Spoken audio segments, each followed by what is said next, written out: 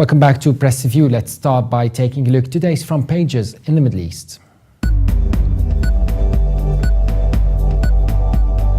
Starting from the UAE, where the Gulf News leads its front page reporting that at least 85 Palestinians have been killed so far in Israel's terrorizing bombardment campaign on Gaza.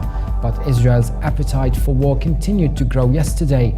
The paper also reports that Modi's government's maiden budget did not carry many surprises as expected, but business community have voted in favor of the budget proposals. From Saudi Arabia, the Arab News reports that Israeli warplanes kept up their deadly raids on Gaza but failed to prevent Palestinian resistance fighters from firing rockets across the border, despite mounting international appeals for a truce. The paper also reports that the traffic department said that it would take disciplinary action against officers who do not attend to accident scenes within 45 minutes. And from Beirut, the Daily Star reports that Israel shelled South Lebanon after being hit early Friday by a rocket, one of 6 that the security forces said unknown militants had prepared to fire across the border. The paper also reports that Hezbollah is on high alert in anticipation of attacks in Lebanon by the Islamic State of Iraq and Syria.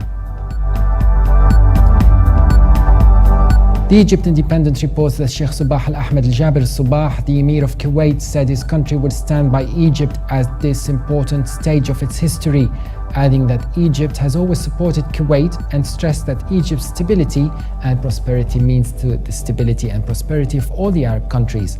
The paper also reports that Saudi Arabia ranked first among countries that imported Egyptian goods during the first 5 months of 2014, with more than 6 billion Egyptian pounds worth of goods.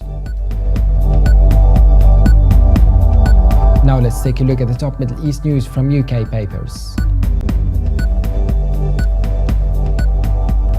The Guardian leads Middle East news reporting that the death toll in Gaza has risen as international pressure builds on Israel to end its 4-day conflict with Hamas and Palestinian militant groups in the enclave. The paper adds that the White House said late on Thursday that President Barack Obama had phoned the Israeli Prime Minister Benjamin Netanyahu to offer to broker a ceasefire between Israel and Hamas.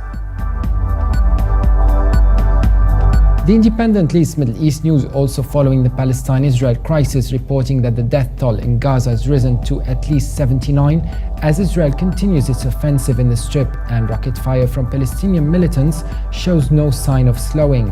The paper says rockets were exploded above Tel Aviv by the Iron Dome defense system, and missiles also reached Jerusalem and other cities in Israel. A Telegraph reports that US Secretary of State John Kerry will travel to Vienna this weekend for a meeting of the 6 powers and Iran as they try to reach a deal that would end sanctions in return for curbs on Tehran's nuclear program. The paper adds that a senior Western official said Kerry has scheduled bilateral meetings with fellow ministers on Sunday. And now let's take a look at the top Middle East news in international papers. From China, the Global Times reports that Turkish Prime Minister Recep Tayyip Erdogan has said it is impossible for his country to restore the strained bilateral ties with Israel unless the strikes on Gaza ends.